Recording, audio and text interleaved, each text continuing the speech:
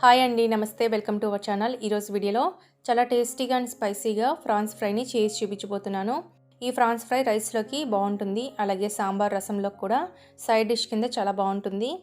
ముందుగా 1/2 కేజీ ఫ్రాన్స్ని తీసుకొని, అంటే రొయ్యలను తీసుకొని, ఇప్పుడు రొయ్యలకున్న పొట్టు తీసేసుకొని తర్వాత శుభ్రంగా కడిగి పెట్టుకోవాలి. ఇప్పుడు ఈ విధంగా రొయ్యలను తీసుకొని ఇలా తల దగ్గర పైన కట్ చేస్తే ఇలా లోపల ఉన్న నల్ల తీగని తీసేసుకోవాలి. మరీ ఎక్కువ కట్ చేయొద్దండి, లైట్గా నాటు పెట్టుకుంటే ఇలా లోపల ఉన్న నల్ల తీగని తీసేసుకోవాలి. అలాగే కింద అడుగు భాగాన్ని కూడా ఇలా చాకుతో చిన్నగా కట్ చేసుకొని లోపల ఉన్న నల్ల తీగని తీసేయండి. సేమ్ ఇలాగే మిగతా రొయ్యలను కూడా తీసేసుకోవాలి. ఇలా తీసుకున్న తర్వాత వీటిని శుభ్రంగా వాష్ చేసి పక్కన పెట్టుకోండి. ఇప్పుడు స్టవ్ మీద వెడల్పాటి ప్యాన్ పెట్టి అందులో 4-5 టేబుల్ స్పూన్ల ఆయిల్ వేసుకోండి. ఈ ఆయిల్ వేడెక్కాక అందులో సన్నగా తరిగిన 2 లేదా 3 పచ్చిమిర్చి, కొద్దిగా కరివేపాకు, 1 టీ స్పూన్ అల్లం వెల్లుల్లి పేస్ట్ వేసి వేగించాలి. తర్వాత దీనిలో 1 మీడియం సైజ్ ఉల్లిపాయని ఇలా స్లైసెస్గా కట్ చేసుకొని యాడ్ చేసి ఫ్రై చేయండి. ఈ ఉల్లిపాయ ముక్కలు కొంచెం సాఫ్ట్గా ఫ్రై అయ్యేంత వరకు ఫ్రై చేయాలి.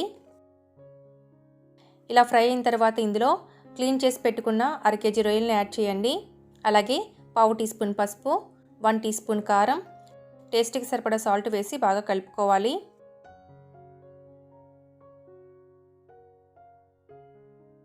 ఇలా బాగా కలిపిన తర్వాత మూత పెట్టి ఒక 10 నిమిషాల పాటు మీడియం ఫ్లేమ్లో మగ్గించండి.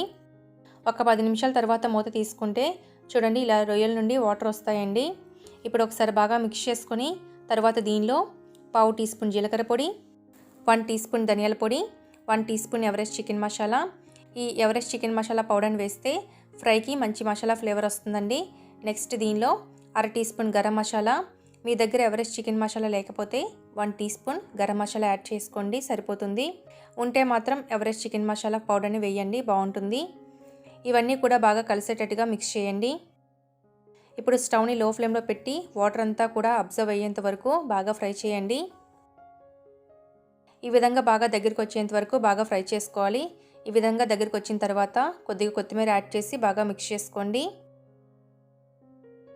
ఇలా బాగా కలుపుకున్నాక 1 నిమిషం పాటు ఫ్రై చేసుకొని తర్వాత స్టవ్ను ఆఫ్ చేసి సర్వ్ చేసుకుంటే చాలా టేస్టీగా అండ్ స్పైసీగా ఫ్రాన్స్ ఫ్రై రెడీ అయిపోయిందండి. సో చూసారు కదా, తప్పకుండా ఒకసారి ఈ విధంగా ట్రై చేసి ఎలా వచ్చిందనేది కామెంట్లో తెలపండి. అలాగే ఈ వీడియో కనుక మీకు నచ్చినట్లయితే ప్లీజ్ ఒక లైక్ చేసి మీ ఫ్రెండ్స్ అండ్ ఫ్యామిలీ మెంబర్స్కి షేర్ చేయండి. ఇలాంటి మరిన్ని టేస్ట్ అండ్ సింపుల్ రెసిపీస్ కోసం మన ఇల్లు మన ఛానల్ని సబ్స్క్రైబ్ చేసుకోండి. Thanks for watching.